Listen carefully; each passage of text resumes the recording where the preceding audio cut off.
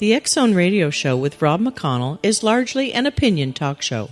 All opinions, comments, or statements of fact expressed by Rob McConnell's guests are strictly their own and are not to be construed as those of the X-Zone Radio Show or endorsed in any manner by Rob McConnell, Relmar McConnell Media Company, the X-Zone Broadcast Network, its affiliated networks, stations, employees, or advertisers.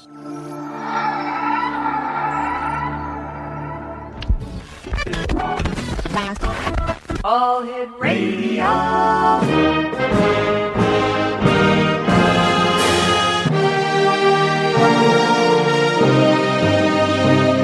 Welcome to the X Zone, a place where fact is fiction and fiction is reality. Now, here's your host, Rob McConnell. And welcome to the X Zone, everyone. My name is Rob McConnell. And for the next 4 hours, I'm your host and your guide as together we cross the time-space continuum to this place that I call the X-Zone. It's a place where people dare to believe and dare to be heard. It's a place where fact is fiction and fiction is reality. And the X-Zone comes to you Monday through Friday from 10 p.m. Eastern until 2 a.m. Eastern on the TalkStar Radio Network, X-Zone Broadcast Network, UK High Definition Radio, Euro High Definition Radio, Star Cable, Ustream, and XZoneTV.com. If you'd like to give us a call toll-free worldwide, 1-800-610-7035. My email address is xzone@xzoneradiotv.com. On MSN Messenger, xzoneradiotv@hotmail.com. And our websites, www.xzoneradiotv.com. That's our main website. And to watch and listen 24 hours a day, 7 days a week, 365 days of the year, starting this coming Monday, July 26th, www.xzonetv.com. My first guest tonight is TERRI Daniel, and TERRI is an author, spiritual teacher, and certified transition guide who works with assistants from the other side to advance a metaphysical perspective on birth, death, and the afterlife. Her recent book, A Swan in Heaven, is based on after-death dialogues between TERRI and her son, who left the physical plane at age 16. Her new book, Embracing Death, A New Look at Grief, Gratitude, and God, examines cultural myths about the afterlife and offers a path to alternative perceptions via mediation, visualization, and channeling. TERRI conducts workshops and metaphysical study groups around the United States and also counsels bereaved individuals by offering alternative perspectives on the experience of grief and loss. She has spoken on the topic of conscious death to community gatherings, churches, bereavement groups, and spiritual conferences, and her articles have been published in Whole Life Times, Neurology Today, Exceptional Parent, Pure Inspiration, Special Child, childrenshospice.org, and related websites. X-Zone Nation, when I come back from this 2-minute commercial break that we have to take, TERRI Daniel is going to be my very special guest for a most interesting and informative hour. TERRI's website, www.afterlifeawareness.com. That's www.afterlifeawareness.com. Before we go to the commercial break, I'd like to welcome our newest affiliate to the X-Zone broadcast family, KKRP AM 950 Rainbow 95 in the beautiful state of Oklahoma. My name is Rob McConnell. This is the X-Zone. Once again, our contact number 1-800-610-7035. My email address is xzone@xzoneradiotv.com. On MSN Messenger, xzoneradiotv@hotmail.com. And our website, www.xzoneradiotv.com. The X-Chronicles newspaper comes out next week. Boy, do we have some great articles. I'm really excited about this issue, and as we get closer to the distribution date, I'll be glad to tell you how you can get your very own link with the compliments of our advertisers. I'll be back on the other side of this commercial break as the X-Zone starts for Thursday, July 22nd in the year 2010. Don't go away.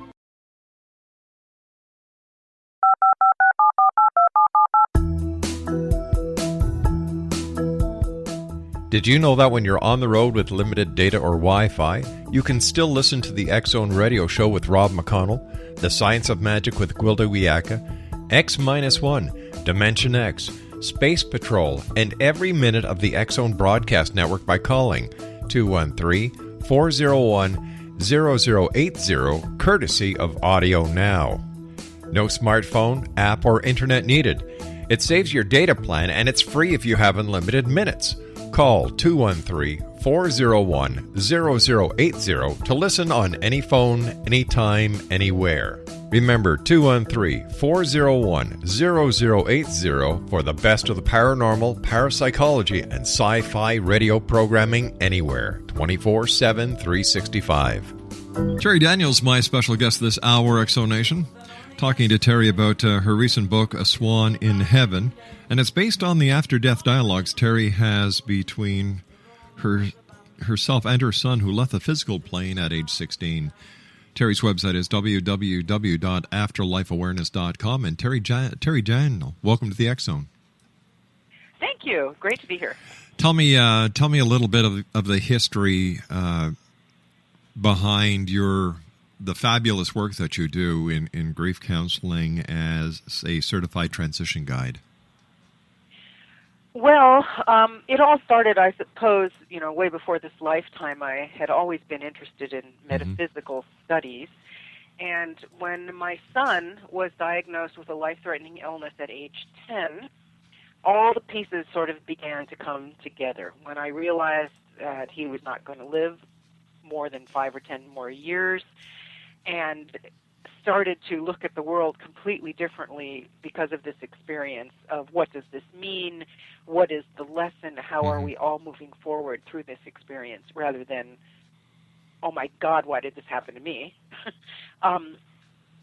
It started to make sense what I was intended to do, why I came to Earth to teach and to do this work.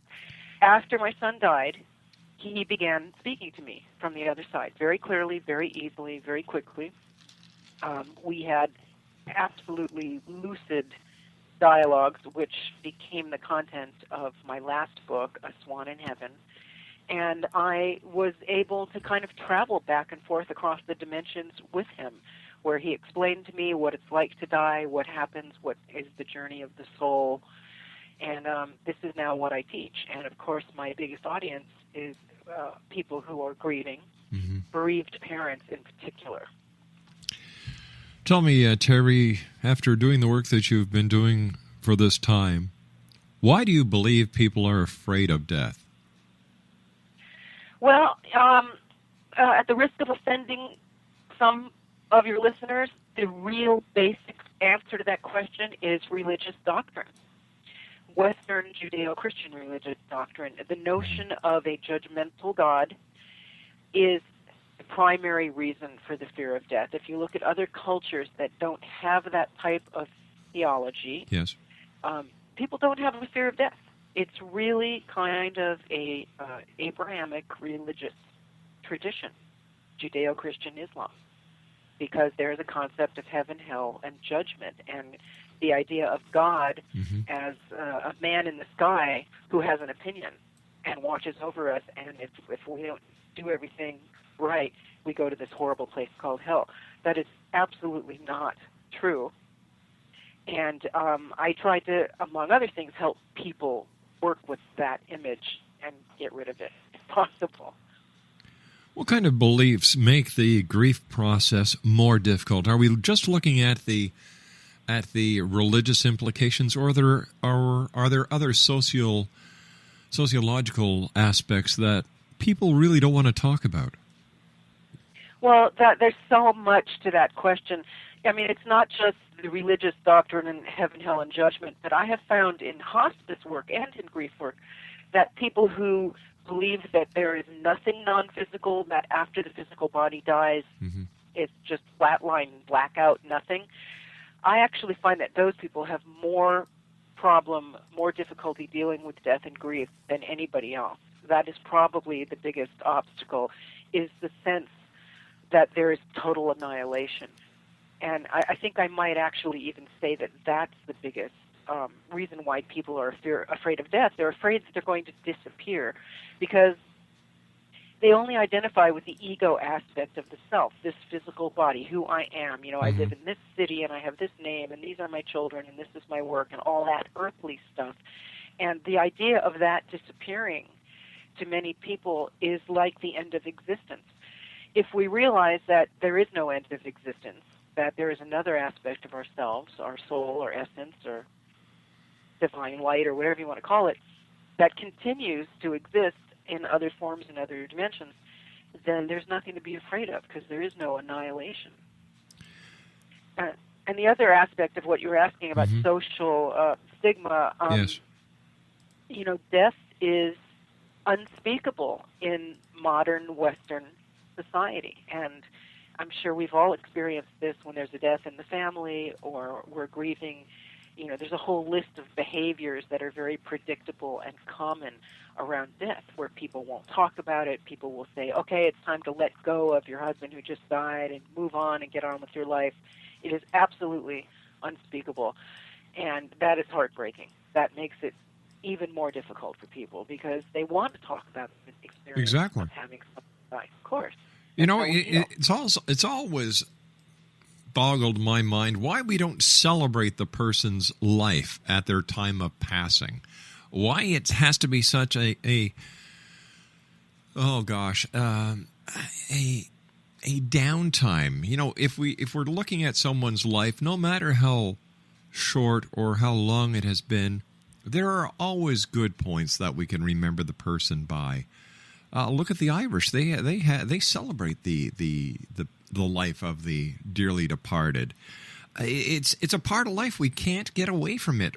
Is it? And I often wonder if Mother Nature has been showing us from the very beginning of time that our existence in this biological physical body is nothing but us in the caterpillar stage of our life, that death is nothing more than a metamorphosis into another chapter of the encyclopedias of life that we each have on a wall.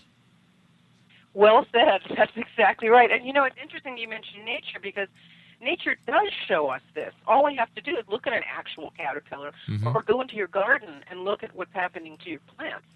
And they go through their life cycle, they flower, they reproduce, then they, quote, die, and they go back into the soil as compost, and the next plant grows. We are no different than that. But we have something that plants don't have, and that's an ego. We have this self-awareness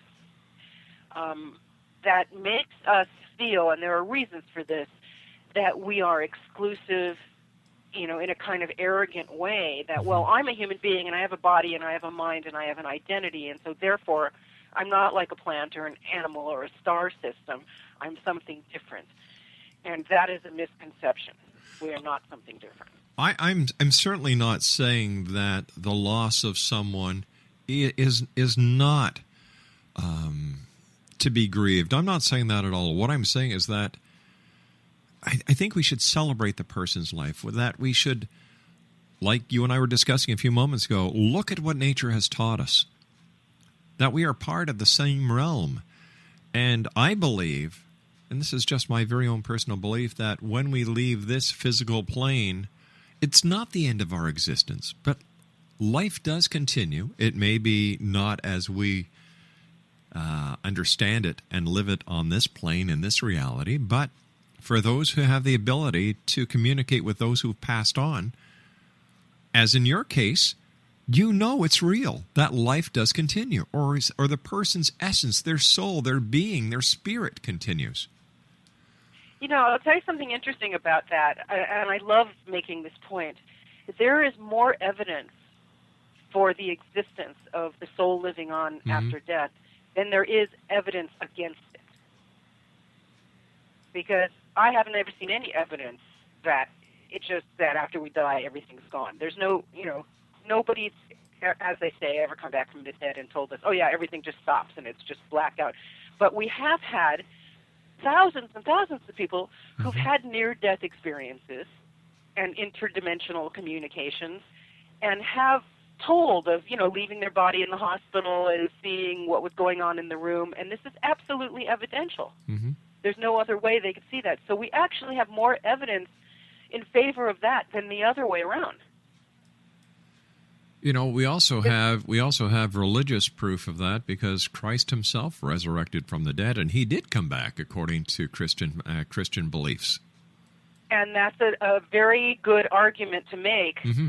with fundamentalist Christians. However, they will tell you that only Christ gets to do that. And that's where the idea of separation from God, comes from, is that these kinds of mystical, transcendent experiences are only available to prophets and saints and people like that. Or another idea that they have is that these kinds of experiences only happened during biblical times, and now they don't happen anymore. Well, why would that be? Well, it wouldn't. You see, it wouldn't, and their arguments are no longer valid, thanks to the thousands and thousands of people who have made that trip across, have gone as far as the gates, and then returned. Mm-hmm. That happens all the time, and I have never seen any documentation of somebody who can tell us that they made that trip across and there was nothing there. I have never heard of an encounter like that. Have you? No, I haven't. However, I have heard encounters from doctors, lawyers, physicists, NASA scientists, musicians, politicians, lawmakers, to the contrary, that they have had the near-death experience. And until they had the near-death experience, they were skeptics. However, when they've come back, their life has changed. They are no longer skeptics. And you know what? They do not fear death any longer. And when you stop fearing death like that, life gets better. Yep. That's a little hidden benefit of it. It's like, well, what difference does it make if we fear death? We still have to plod along through life. But actually, you find that if you're not afraid of disappearing, then you live each day with a different kind of value on it, because you realize that you're accumulating experience. You see things differently. For example, if Terry, I hate to cut you off, but I've got to take my news break at the bottom of the hour. Oh. Please stand by. Terry, let me see. What are you telling me, Craig? Gotcha. Terri Daniel is our very special guest this hour. She is a certified transition guide who works with assistants from the other side. And we're going to be continuing this very interesting conversation with Terry when I return from the other side of this commercial break with the news right here in the X Zone.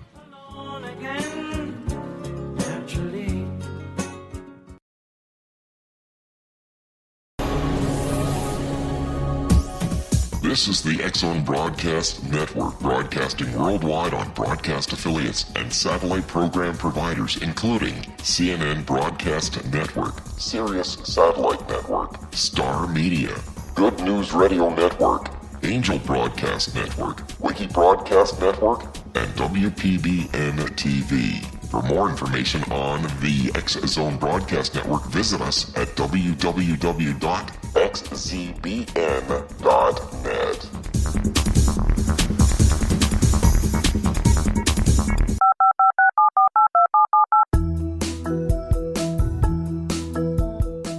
Did you know that when you're on the road with limited data or Wi-Fi, you can still listen to the X Zone Radio Show with Rob McConnell, The Science of Magic with Gwilda Wiyaka, X-1, Dimension X, Space Patrol, and every minute of the X Zone Broadcast Network by calling 213-401-0080, courtesy of Audio Now. No smartphone, app, or internet needed. It saves your data plan, and it's free if you have unlimited minutes. Call 213-401-0080 to listen on any phone, anytime, anywhere. Remember, 213-401-0080 for the best of the paranormal, parapsychology, and sci-fi radio programming anywhere, 24/7, 365. Welcome back to the X Zone, everyone. Terri Daniel is our special guest this hour. Her website is www.afterlifeawareness.com. Terry, how do you justify a violent, untimely, or tragic death then? Well, this is kind of a complicated question. Terry, are you there? You can't hear me? I can Hello? now. You faded out on us, Terry. Oh, can you hear me now? Yes, I can. Okay, is it all good now? Yes, Terry. Okay, so the soul always knows its plan. Mm-hmm. The body that we're in, or the personality, or the ego, or the earth self, kind of lives at the ego level and thinks only about, how do I survive, how do I compete, how do I get money and safety and love and sex and food and all that physical stuff. But the soul has a completely different agenda. And the soul has this all kind of planned out with other members of the soul family. In between incarnations, these plans are made according to what each person would like to learn in their next incarnation. It's like planning your curriculum at college. So whatever kind of death there is exactly the right death to further the growth of everybody involved. So, for example, in a slow death, like my son, who was sick for many years, there was a lot of time in Earth time to prepare for that idea, to look at it and figure out what the lessons are, and to literally see his soul slowly separating and traveling between the worlds. If somebody gets hit by a train, there isn't time on the Earth plane to actually witness that process, but it is still planned that way. And, you hear stories, I hear this all the time from people, about somebody who got all their bills paid and made peace with their, people that they were in feuds with and did all that, and then a week later had a heart attack and died. So at some level, people know. There's a wonderful story I heard about a teenager who died, and they found out, he got in a car wreck or something. His family found out that in the weeks prior to that, this kid had called on the phone most of his friends from Facebook just to say hello and have an in-person conversation with them. Now, nobody does that, with their Facebook friends. But this kid did this, and after he died, people started talking, and they compared notes and realized that he had called them just to say hello. It wasn't a suicide.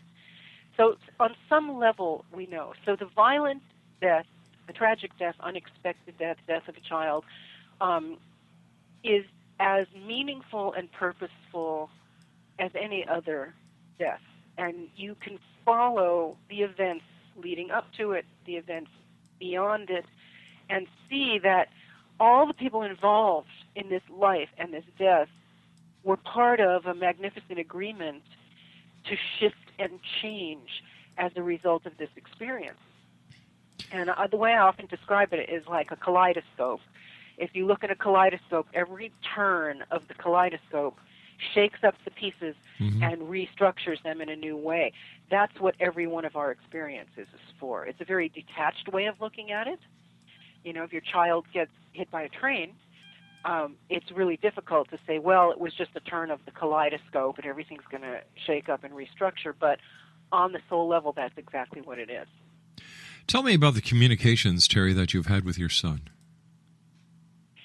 Well, before he died, he had a degenerative illness, and he lost most of his physical abilities, including speech. And so during the last 3 years, as he was losing his ability to speak, I was gaining psychic ability. I have always been an intuitive. I have been doing tarot readings for 30-something years. And during the last 3 years of my son's life, I got this opportunity to be a tarot reader at a metaphysical bookstore. And that's what I was doing as he was losing his speech. And as I was doing these readings, I was beginning to channel. I was beginning to bring in guides and teachers, and the tarot readings became absolutely amazing. So my ability in that area was getting higher as his speech was getting less. I know now that that was in preparation for us to have a telepathic relationship after he died. He began speaking to me 30 minutes after he died. I was lying there on the bed with his vacant body, and I said, "Where are you now? Where are you? Can you show me where you are?" And instantly, I just had this vision that bowled me over of him standing in some shallow water, looking tall and beautiful and strong and older than his actual physical years. And he was wearing jeans with rolled-up cuffs and a white T-shirt, and I joke about this in my book. He looked like James Dean in Rebel Without a Cause. And he was kicking his feet in the water and laughing, and I said, is this real? Is this really you? Am I really seeing this, or am I imagining this? And he said, you will always be able to communicate with me this clearly if you do certain healing tasks for your heart. And that sort of led us onto a whole new path. But that's how it began. And the healing tasks are a big part of my teaching. You have to clear yourself of anger, of blame, of a belief that we are separate from the divine. There's a lot of processes that have to be cleared in order to reestablish our connection with the divine realms, because that connection's always there and we always have it. We've just shut it off. How often do you communicate with your son? Well, it's interesting because it's changed. It used to be that I would just kind of sit down and go into a meditative space and stuff would come. Mm-hmm. I've been a professional writer most of my adult life, and so writing is my tool. So I would sit down and I would kind of do automatic writing. I have this long document called the Danny Journal, and stuff would just come through as I type. About a year and a half ago, it completely changed, and now I can do that if I want to, but I don't have to. I very clearly remember a moment where I felt myself integrate with them. And by them, I mean my son and the other teachers who are with him, because there's a whole group of them. And so now they're just kind of inside me. They're talking through me right now.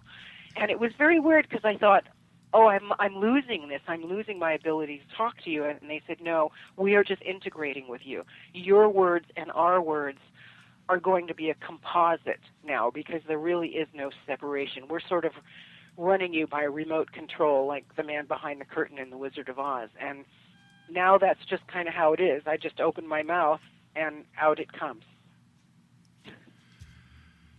Do you believe in life? Did you believe in life after death communication before you began communicating with your son? I did, but I never really thought much about it. I mean, I was always metaphysically inclined. When I was a teenager, I read the Tibetan Book of the Dead and really resonated with it. I wasn't raised with any real specific religious ideas, so my mind was pretty open to absorb whatever fit for me. So, yes, I believed in the journey of the soul. I believed in reincarnation, all of that. I just never really thought much about it. It just made sense to me, and I filed that away somewhere, and now I realize why. I filed it away in a place where it could be accessed when it was needed, and here I am doing this work. So it was all for a purpose. Are you sure that the things you have learned are really true and not your beliefs? Yeah. Yes, I am. And I'm sure that they're not my imagination. And this is really interesting because I have seen, believing these things and having these communications happens for a reason. It's just not for comfort for the bereaved, or it's not a little party game. It happens for a reason. What's the reason? The reason is to make your life and your existence make sense. What I have learned from all of this is a different way of looking at human experience. And looking at my own life, I see all my, so-called bad experiences in a completely different way because of this. And that is how I know that what I've learned is true. Because this whole idea of, tragedy being just a turn of the kaleidoscope makes sense. Last year, all my work dried up. I had no money. My house was going into foreclosure. I didn't pay my mortgage for 13 months. And people were saying, oh, my God, this is a tragedy, you're losing your house. And I knew that it was just a turn on the kaleidoscope, that it was moving me to a certain thing. So during this year where I had no work and no income, I was able to finish my new book. I enrolled in school. I'm now working on a degree in divinity. And it was just the universe kind of kicking my butt, and moving me into a different thing. So what I've learned from this work is, to put it in a cliche, is how to go with the flow. If you are aligned with divine direction and you can heed the signs and shift your perceptions, it makes your life so much more peaceful. So that's how I know that it's true, because it's proven it to be true in my own experience. When communicating with your son or with those that you now communicate with on the other side, what have you learned about the other side, and what have you learned about the physicalities of the dying process? Well, the first most important thing I could say I've ever learned about the other side is that there is absolutely no judgment anywhere in the universe. When we die, the one thing that never happens is we go to a tribunal, with God or whatever, and get judged. What does happen is we have to still work on our stuff. So I used to think that once we died and we got out of the body, we were just instantly enlightened, and we were done until we come back again. But I very quickly found out that, no, we bring our issues with us to the other side, but we can work with them without the density of the body and without ego, and that's much more efficient. So, I've talked to many mediums, and I don't consider myself a medium because I don't bring in other people or do readings, but mediums have told me that many times they've contacted people on the other side who were, on their knees begging for forgiveness or still working through their stuff. So when we die, the curriculum continues. It's just a lot more efficient on the other side, because we can see the Akashic record. We understand how the kaleidoscope thing works. We can work with our soul families, and we see the plan. Where here on Earth, we don't see it. So that's probably the most important thing I learned, the most surprising thing I learned about life on the other side. And a lot of people ask me about suicide, and I will tell you that, we do not get punished for suicide. We get healed, because suicide is the ultimate belief in lack of love. The only force that exists in the universe is love. The contrary force to that is fear. So when somebody commits suicide, it's coming from a belief that they are completely separated from love on Earth and everywhere else. So what happens when that person dies is they are met by guides and angels and all kinds of healing beings who help them look at their various lifetimes and their cycle of birth and rebirth and the issues that they're working on. I happen to think that suicide is certainly not a sin, and I would be a terrible suicide prevention counselor, because I wouldn't necessarily try to talk them out of it. Yeah, go ahead. So I hope nobody ever calls me and asks me to do that, because I have just a metaphysical view of it. So the work continues, I guess is what I'm trying to say. And healing versus punishment is a huge issue. If you read Deepak Chopra's book, Life After Death, it's absolutely amazing. And he talks about Judeo-Christian concepts of judgment. And he said, what if instead of judgment, it's correction? All right, stand by, Terry. You and I have to take our final break for this hour. TERRI Daniel is our special guest. Her website, www.afterlifeawareness.com. Terry and I will be back on the other side of this commercial break as the X-Zone continues with yours truly, Rob McConnell, from our studios in Hamilton, Ontario, Canada.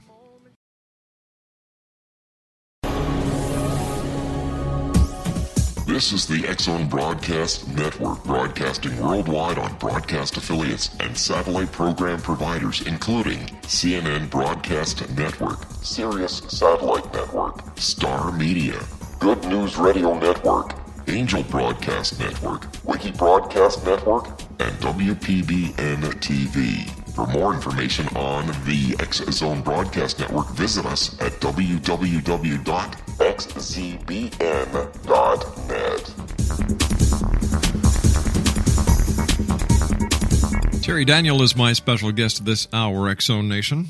Now, if you'd like to find out more about TERRI or contact her, www.afterlifeawareness.com. That's www.afterlifeawareness.com. She is the author of A Swan in Heaven and Embracing Death, a new look at grief, gratitude, and God.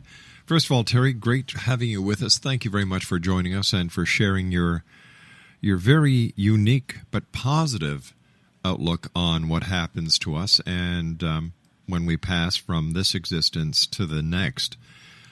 John Novello, a friend of mine, when his wife Gloria died of cancer, said, "She's not gone, she's just graduated." I know John Novello. Please give him my best. Oh, I haven't talked to him in a long time, but he's a friend of a friend, and I was introduced to him because of his book. Yeah. And I love his book. Is absolutely amazing. In fact, I think it was from his book where I got the term interdimensional communication. Yep. It's a great term. Tell me, what can people do if they want to communicate with a loved one that has graduated? Well, read my book. Read a lot of books. Exactly. Because that's very, very useful. Start with studying. If you haven't done that yet, read books like John's book and my book, Conversations with God, Sylvia Brown, all of them. That would be step one if you haven't already done that. Step two is I believe that it's really important to have a meditation practice of some sort where you find a quiet space. You don't have to sit in lotus position or make your mind blank or anything like that. What you're trying to do in this process is open to channel. A lot of people misunderstand meditation because they're thinking in terms of Zen meditation, which is a separate thing.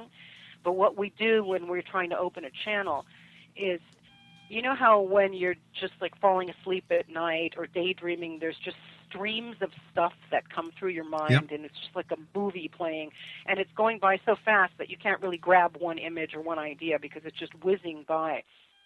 The meditation process that I teach is to allow all that stuff to just come through you, and by breathing and certain other processes, you can slow that down to the point where you can actually see and hold on to some of those images and messages for more than a microsecond.